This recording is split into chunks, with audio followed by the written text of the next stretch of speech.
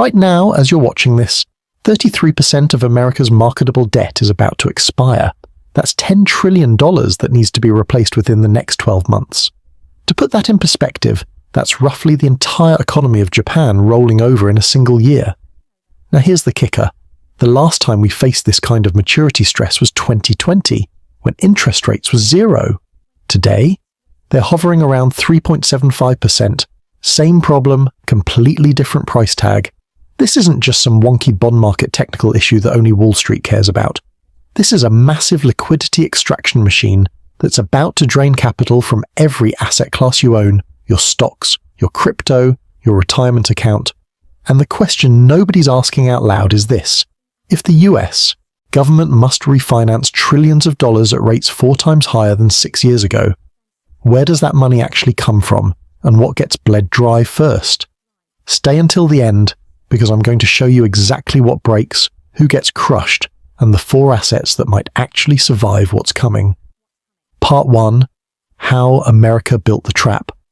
Let's start with the basics, because understanding how we got here matters more than the panic.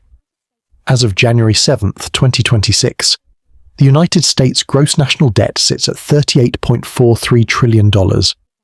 That number alone doesn't mean much without context, so let me break it down.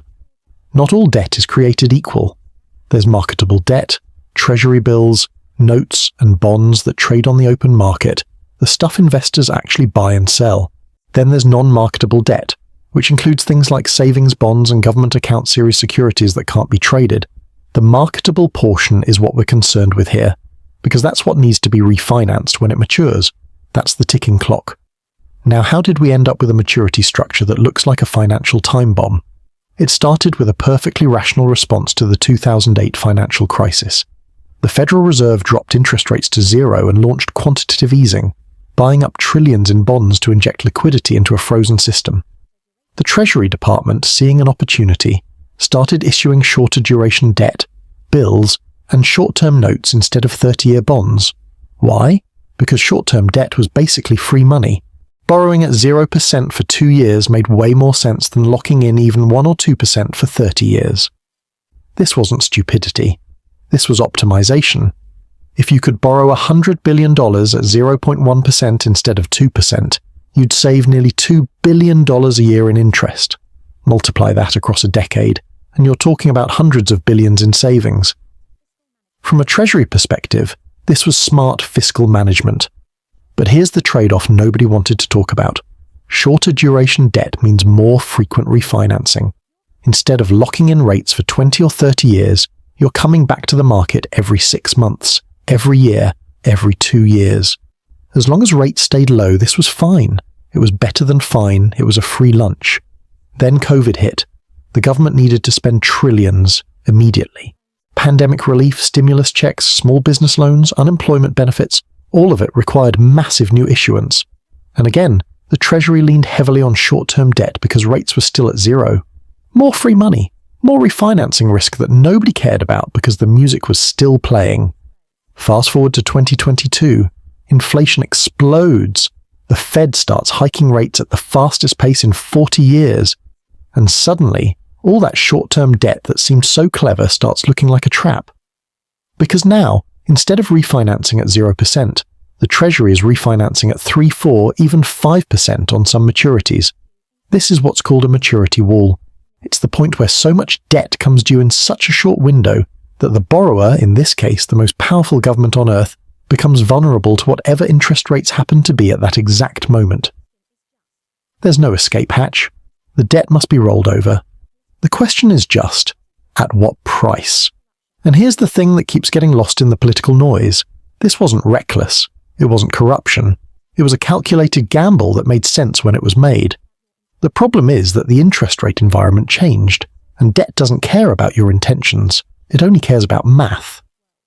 So we arrive at 2026 with a structure that was built for a zero-rate world, now operating in a world where the Fed funds rate sits around 3.75%.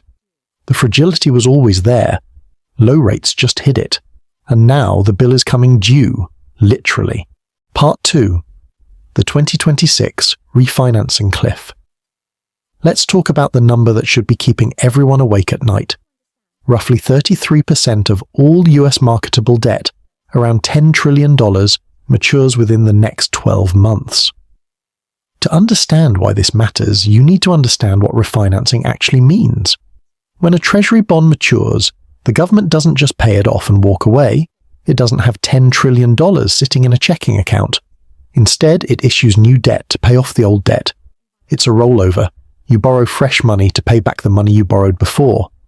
In a stable interest rate environment, this is routine. Boring even.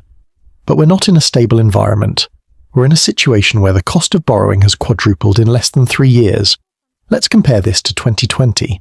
Back then, roughly 29% of marketable debt was maturing within 12 months, a similar proportion to today. But the federal funds rate was 0. When the Treasury refinanced that debt, it was essentially trading one 0% loan for another 0% loan. No cost increase, no fiscal stress. Now, the average interest rate on marketable debt has climbed to 3.362%. That might not sound dramatic, but let's do the math. If you're refinancing $10 trillion, every single percentage point increase in rates costs you an additional $100 billion per year in interest payments.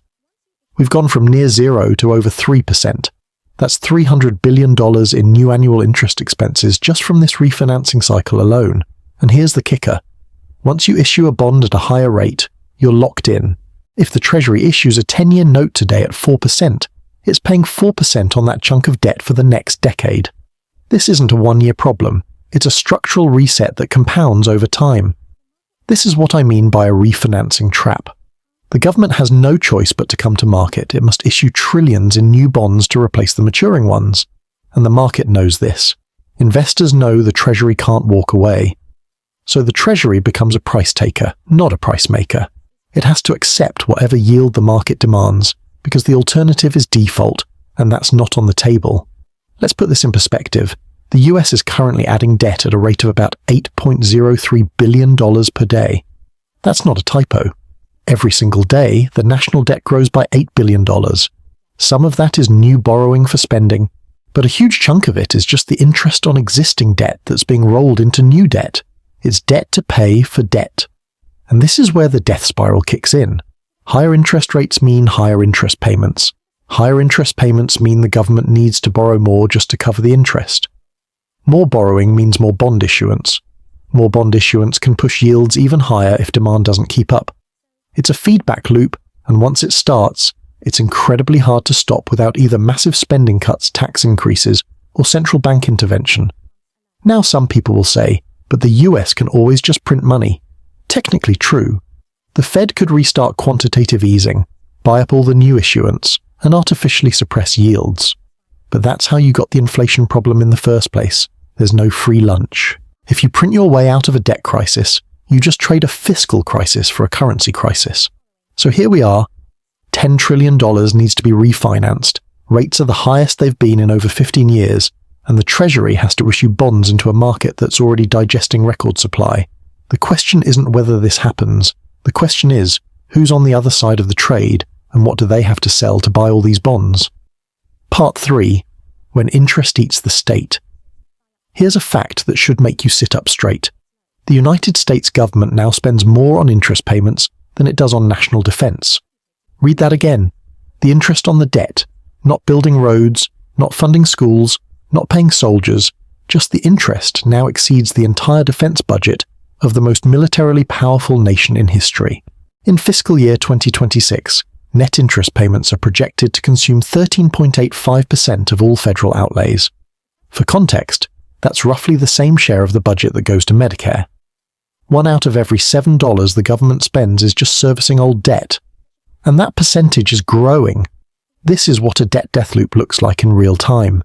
Every additional $1 trillion in debt adds billions to the annual interest burden almost immediately, especially when rates are above 3%. And because the government is running a deficit, spending more than it takes in through taxes, it has to borrow to pay that interest, which adds more debt, which creates more interest, which requires more borrowing. This isn't a political critique, it's a mathematical observation. You can be as fiscally conservative or progressive as you want, the numbers don't care. If your interest payments are growing faster than your revenue, and you can't or won't cut spending elsewhere, you're in a compounding trap. Now, some people will argue just raise taxes. Okay, let's game that out. US federal revenue in 2025 was around $4.5 trillion. To close the deficit entirely through taxes, you'd need to raise revenue by roughly 30 to 40%. That's not a small tweak. That's a fundamental restructuring of the tax code that would almost certainly trigger a recession, which would then reduce tax revenue, which would widen the deficit again. Others say, cut spending? Fine. Where? Social Security and Medicare are politically untouchable and represent the largest share of mandatory spending. Defense is discretionary, but good luck cutting it by hundreds of billions in the current geopolitical climate. That leaves things like infrastructure, education, and research, programs that represent a fraction of the budget and are arguably investments in future growth. I'm not saying these solutions are wrong, I'm saying they're slow. Fiscal adjustments take years to implement, and even longer to show results, but the debt maturity schedule doesn't wait for political consensus. Bonds mature on a calendar, not a congressional timeline, and this is where the market comes in. When governments can't adjust fast enough, markets do the adjusting for them. If investors start demanding higher yields to compensate for perceived risk, whether that's inflation, default, or currency debasement, the cost of borrowing goes up, which makes the problem worse, which spooks investors further. This is the nightmare scenario, a loss of confidence spiral where the market starts pricing in risk faster than the government can credibly respond. We're not there yet. US Treasuries are still considered the safest asset in the world. But safety is always relative, and it's always priced. The question is whether the current price reflects the current risk. Because here's the uncomfortable truth. The US can't default in the traditional sense. It borrows in its own currency. It can always print dollars to pay dollar-denominated debt. But that doesn't mean there's no cost. The cost is inflation, currency depreciation, and a loss of purchasing power for everyone holding dollars, which is basically everyone. So when people ask, is the US going to default? They're asking the wrong question. The right question is, what form will the adjustment take? Will it be inflation? Austerity? Financial repression where the Fed holds rates below inflation to slowly erode the real value of debt? Or some combination of all three? What's certain is this. When interest payments start crowding out productive spending, the economy becomes less dynamic. There's less room for investment in infrastructure, education, R&D, the things that drive long-term growth. And without growth, the debt-to-GDP ratio just keeps climbing. This is the spiral. It's not a cliff you fall off. It's a slope you slide down, slowly at first, then faster. Part 4. The global liquidity drain. Now let's connect the dots to what this means for your portfolio, your retirement account, and every risk asset you own. When the US Treasury needs to refinance $10 trillion, that money doesn't appear out of thin air. It comes from the same pool of global capital that funds everything else: stocks, corporate bonds, real estate, venture capital, crypto. Every dollar that flows into treasuries is a dollar that's not flowing into those other assets. This is called crowding out, and it's one of the most underappreciated forces in finance. Here's how it works. Institutional investors, pension funds, insurance companies, sovereign wealth funds have a mandate to generate returns while managing risk. When they can get 3.6 to 3.7% on short-term US Treasury bills with essentially zero default risk, that becomes the baseline. It's the risk-free rate. Everything else has to clear that hurdle. So if you're a stock that pays a 2% dividend, you're suddenly unattractive. Why take equity risk for 2% when you can get 3.7% in T-bills? If you're a corporate bond yielding 5%, you might still be appealing, but your spread over treasuries just compressed. If you're a speculative growth stock with no earnings, or a cryptocurrency with no cash flow, you're now competing with a guaranteed 3.7% return. This is why rising treasury yields act like gravity on risk assets. They don't crash the market overnight, they just make everything else relatively less attractive. Capital reallocates, slowly and then suddenly. And here's the thing. The Treasury isn't issuing $10 trillion all at once, but it is issuing at an unprecedented pace. That's a constant pull on liquidity. Every auction, every week, the market has to absorb billions more in government debt. That absorption comes from somewhere. Now some analysts are saying, wait, the Fed is going to cut rates later this year.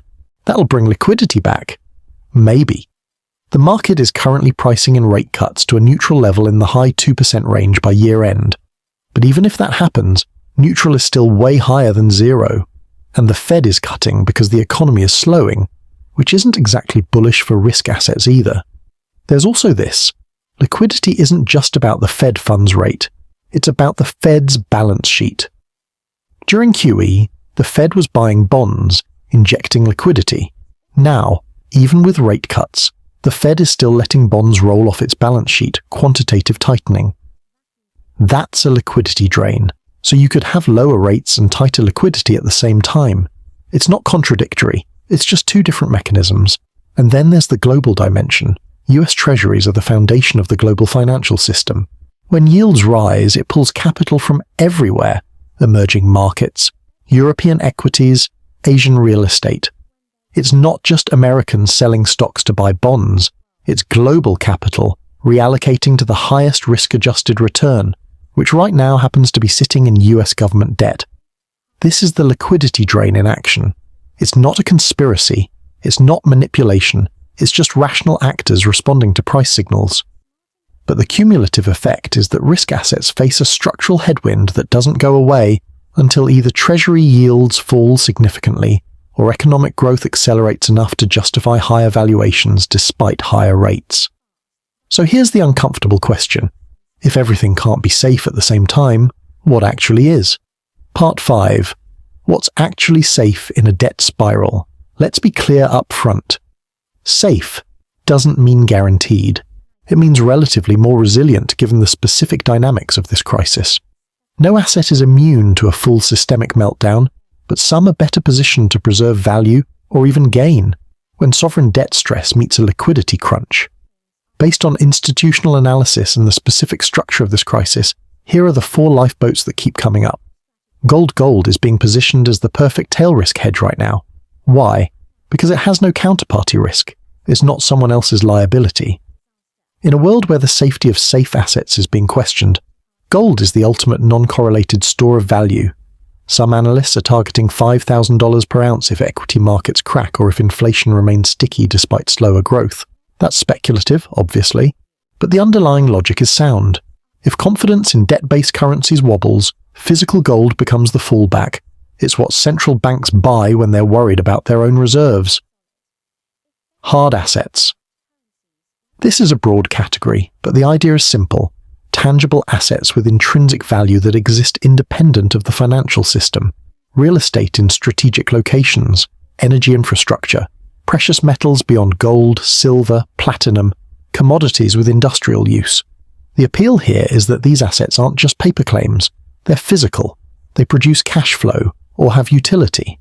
In an environment where fiat currency is being debased through inflation, or where financial assets are being repriced lower, hard assets hold their ground because they're anchored to the real economy.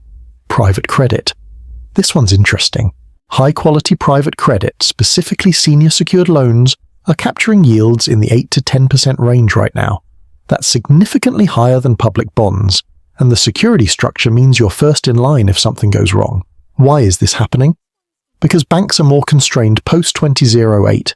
They can't lend as aggressively, so private credit funds have stepped in to fill the gap. For investors, it's a way to earn a healthy yield with some downside protection. For borrowers, it's access to capital that banks won't provide. It's not risk-free, but it's senior in the capital structure, and it's paying you well to take that risk. The dollar smile. This is the counterintuitive one. The US dollar often strengthens during risk-off periods, even when the US itself is the source of the stress. Why? Because the dollar is the most liquid asset on the planet. When panic hits, everyone runs to liquidity, and liquidity means dollars. It's called the dollar smile. The dollar strengthens when the US economy is booming, right side of the smile, and also when global markets are crashing, left side of the smile. It only weakens in the middle, during mediocre growth with moderate risk appetite. If Treasury refinancing triggers a broader liquidity crisis, expect the dollar to rally as global capital rushes to safety. It sounds insane. How can the currency of the country in crisis be the safe haven? But that's how the global financial system works.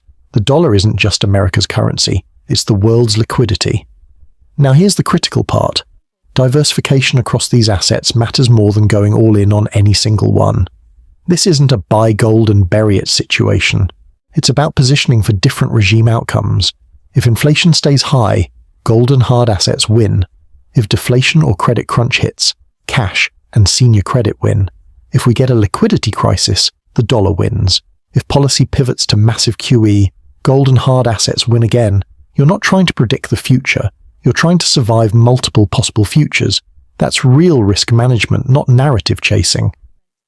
Part 6. The Fed, the White House, and the human cost now. Let's talk about the politics, because none of this happens in a vacuum. Markets are made of math, but policy is made of people, and people are messy. President Trump has been publicly critical of Fed Chair Jerome Powell, whose term expires in May 2026. There's significant market speculation about who Trump will nominate as the next Fed chair, and whether that person will be more aligned with the administration's goals of lower rates and improved housing affordability. This matters a lot, because the Fed's independence is most critical during exactly this kind of refinancing stress. Here's the tension. Trump wants lower rates to juice the economy and make housing more affordable. The Treasury wants lower rates to reduce the cost of refinancing $10 trillion in debt. But if the Fed cuts rates too much, too fast, inflation could reignite. And if inflation comes back, the Fed loses all credibility, which makes the next crisis even worse. Powell has held the line on data-dependent policy, but he's not going to be there much longer. The question is whether his replacement will have the same willingness to prioritize long-term stability over short-term political pressure. History says that's rare, and this is where the human cost enters the picture, because all of this, the yields, the liquidity, the spreads, it's not abstract, it hits real people. Higher borrowing costs mean less public spending on everything from infrastructure to education to healthcare. It means states and municipalities face tighter budgets. It means fewer resources for the things that make daily life better. Housing affordability is already under massive pressure. Mortgage rates are tied to long-term Treasury yields. If the government is flooding the market with bonds, pushing yields higher, mortgage rates stay elevated. That keeps home ownership out of reach for millions of people. Wages are sticky. They don't adjust as fast as prices. So if the government's refinancing stress feeds into persistent inflation, people see their purchasing power erode. They work the same hours, earn the same nominal income, but buy less with it. And here's the brutal part. Liquidity crises hit non-investors the hardest. If you own stocks, gold, real estate, private credit, you've got options. You can reallocate, you can hedge. But if you're living paycheck to paycheck, you don't have a portfolio to rebalance. You just absorb the hit. Higher costs, stagnant wages, less public support. You bear the adjustment. This is why sovereign debt crises are so insidious. They start as technical problems, yield curves, duration mismatches, rollover risk. But they end as social problems, unemployment, austerity, inequality, political instability.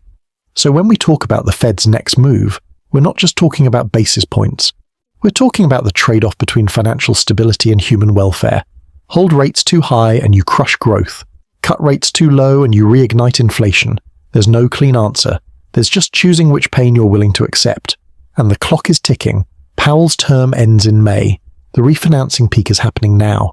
The decisions made in the next 6 months will ripple through the economy for years. This isn't about panic. It's about preparation. The debt isn't the secret, the timing is. And right now, the timing is telling us that the era of free money is over. The cost of maintaining the system is rising, and the market is in the process of repricing everything.